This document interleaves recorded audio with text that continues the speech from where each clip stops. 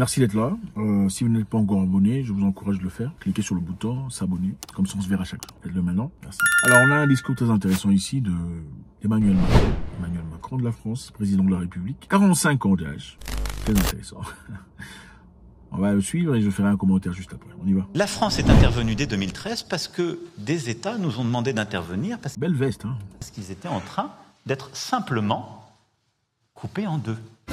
Si la France n'était pas intervenue, si nos militaires n'étaient pas tombés au champ d'honneur en Afrique, si Serval puis Barkhane n'avaient pas été décidés, nous ne parlerions pas aujourd'hui ni de Mali, ni de Burkina Faso, ni de Niger. Ces États n'existeraient plus aujourd'hui dans leurs limites territoriales.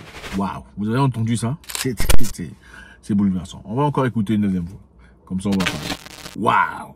La France est intervenue dès 2013 parce que des États nous ont demandé d'intervenir parce qu'ils étaient en train d'être simplement coupés en deux. Les États nous ont demandé d'intervenir en 2013 parce qu'ils étaient en train simplement d'être coupés en deux. En 2013, c'est déjà trop tard parce que avant ça, il n'y avait vraiment pas des terroristes. Il n'y avait pas d'angoisse, pas de difficulté. C'est quand M. Sarkozy de la France a décidé sur le sort de Kadhafi. Kadhafi à l'époque, qui était un paix à son âme, hein, Kadhafi. Kadhafi qui était quelque part un des parents du panafricanisme de cette ère, qui sollicitait à ce que les Africains viennent ensemble pour décider, pour se réunir, pour combattre, pour vivre, pour avancer. Kadhafi qu'on n'aimait pas, pourquoi on l'a pas aimé? C'est après la mort de Kadhafi que les terroristes sont venus. Ouais. Kadhafi, pourquoi on l'a pas aimé? La Libye à l'époque, pour ceux qui ne savent pas, peut-être, en Libye, les gens vivaient bien.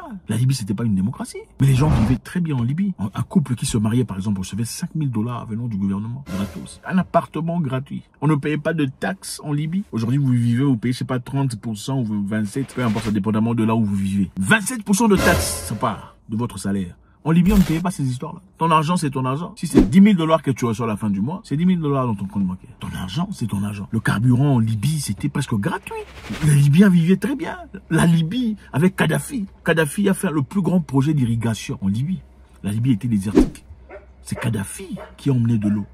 Il a tiré de l'eau venant de l'océan, de la mer, jusqu'à l'intérieur du pays. Il a rendu ainsi le pays fertile et productif. La Libye était sèche avant Kadhafi. Mais on n'a pas aimé ça. Il fallait à tout prix que l'on combatte cette idéologie. Pour pas que les gens comprennent qu'il y a des moyens alternatifs à la démocratie. Vous savez, ces gens vont autour du monde pour vous raconter les histoires disant la démocratie, il faut une démocratie. En fait, la démocratie, c'est pour vous...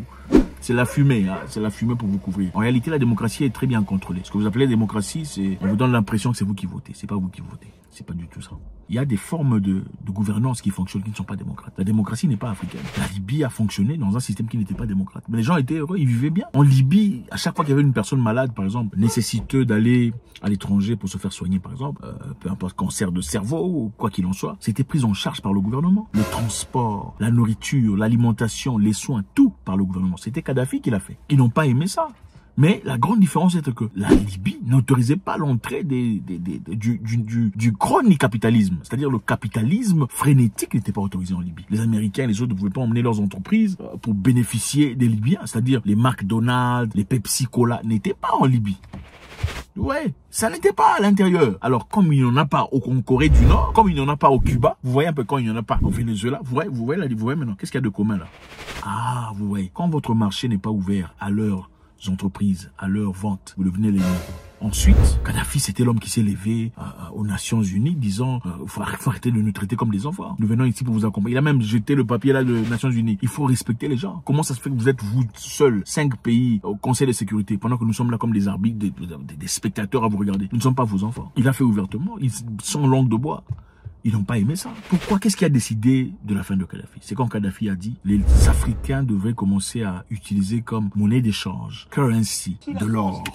C'est-à-dire le dinar qui est une monnaie basée sur l'or. Pas monnaie papier, monnaie fiduciaire, monnaie puérile qui n'a aucune importance qu'on peut fabriquer. On va échanger avec de l'or. Et si c'est là arrivé selon Kadhafi, qu'est-ce qui serait arrivé? Le dollar serait tombé. Les pays ayant le plus d'or seraient les pays les plus riches sur Terre. Et vous pouvez directement estimer quels seraient ces pays-là, qui seraient les pays les plus riches. Ça, c'était dangereux pour eux. Ils ne pouvaient pas accepter ça. Voilà pourquoi ils ont envoyé leur truc machin à travers Sarkozy. Ils sont partis bombarder, détruire, ils ont emmené des gens là, des malades, qui jusque-là continuent de perpétrer le terrorisme. Avant Kadhafi, il n'y avait pas ces histoires. Lui, il parle de 2013. En 2013, on nous a demandé de venir. Mais comment ça a commencé? C'est eux qui ont commencé ça. Le Mali récemment a dit, nous avons des preuves que la France est en train de fournir de l'intelligence, c'est-à-dire des renseignements, des armements, des outillages à ces personnes. On veut une réunion spéciale pour discuter. Les Nations Unies ont refusé d'accorder cette réunion. C'était cette session spéciale. Pourquoi on a refusé? Si vous êtes sûr et certain que vous n'avez pas, il faut accorder la session. Comme ça, vous allez le mentir. Mais là, Macron parle de si la France n'était pas venue en Afrique, qu'est-ce qui serait arrivé? Si la France n'était pas intervenue, si nos militaires n'étaient pas tombés au champ d'honneur en Afrique, si Serval puis Barkhane n'avaient pas été décidés, nous ne parlerions pas aujourd'hui ni de Mali, ni de Burkina Faso, ni de Niger. Si la France n'était pas venue, si Barkhane et autres n'étaient pas venus en Afrique, si les militaires français n'étaient pas venus en Afrique, nous ne parlerons ni de Mali, ni du Burkina Faso, ni du Niger. C'est-à-dire, ce sont les Français qui ont sauvé le Mali. Sinon, le Mali n'existerait plus. Ce serait entre les mains des terroristes déjà. Ce serait un autre pays. De même pour le Burkina Faso et le Niger. Qu'est-ce qu'ils ont en commun, ces pays? Le Mali, le Niger, le Burkina Faso. Ce sont des gens qui ont bouté hors de leur territoire des personnels français. Ce sont des gens qui veulent leur liberté, qui veulent décider pour eux-mêmes. Ils ne veulent plus être contrôlés. Ces États n'existeraient plus aujourd'hui dans leurs limites territoriales. Je peux vous le dire avec certitude. C'est ça donc les amis, un bon degré d'histoire et de connaissance est très nécessaire. Sinon on va noyer très rapidement dans les amalgames et la stupidité cérébrale, c'est ça. Je pense que il est important de rappeler, l'Afrique était bien. Okay. Comment ça se fait que vous venez dans un pays pour combattre le terrorisme? Vous, la France, vous n'arrivez pas à battre les terroristes, des petits terroristes dans un coin là, comme ça. Vous n'arrivez pas à les finir. Ce n'est pas normal. Si vous n'arrivez pas à leur quitter, comme ça, nous-mêmes, on va le faire. Vous ne voulez pas quitter non plus. Bon, finalement, on va faire quoi? Comment ça se fait? Comment est-ce normal? Ces terroristes-là ont des voitures, des Toyota. Comment ils ont des Toyota?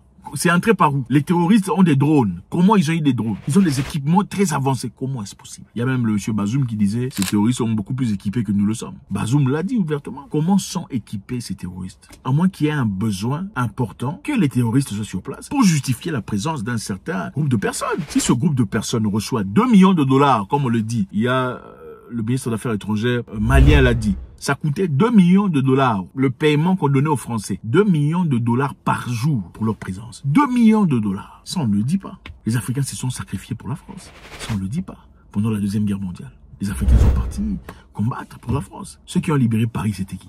Évidemment, c'était une combinaison hétéroclite d'Africains et des Français qui ont combattu. À l'entrée de Paris, on a blanchi l'armée. On a enlevé tous les Noirs qui étaient là. Pour pas que les Parisiens voient que ce sont les Noirs qui ont combattu. Qui a payé ces personnes? Comment on a payé ces personnes?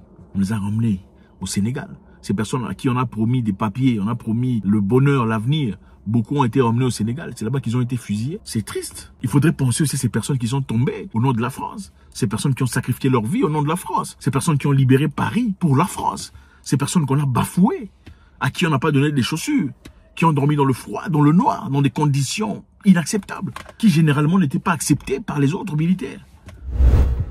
Merci infiniment les amis, je pense que ça me gêne, ça devrait vous gêner aussi, d'entendre monsieur Macron dire sans la France, le Mali n'existerait pas. Sans la France, le Burkina Faso, le Niger ne serait plus ce qu'il est. Faites un commentaire, ça toujours beaucoup de plaisir. Ne venez pas seulement pour écouter, regardez, il faut faire des commentaires, c'est très important. On veut savoir, on veut aussi savoir de vous, nous savons que vous êtes intelligents.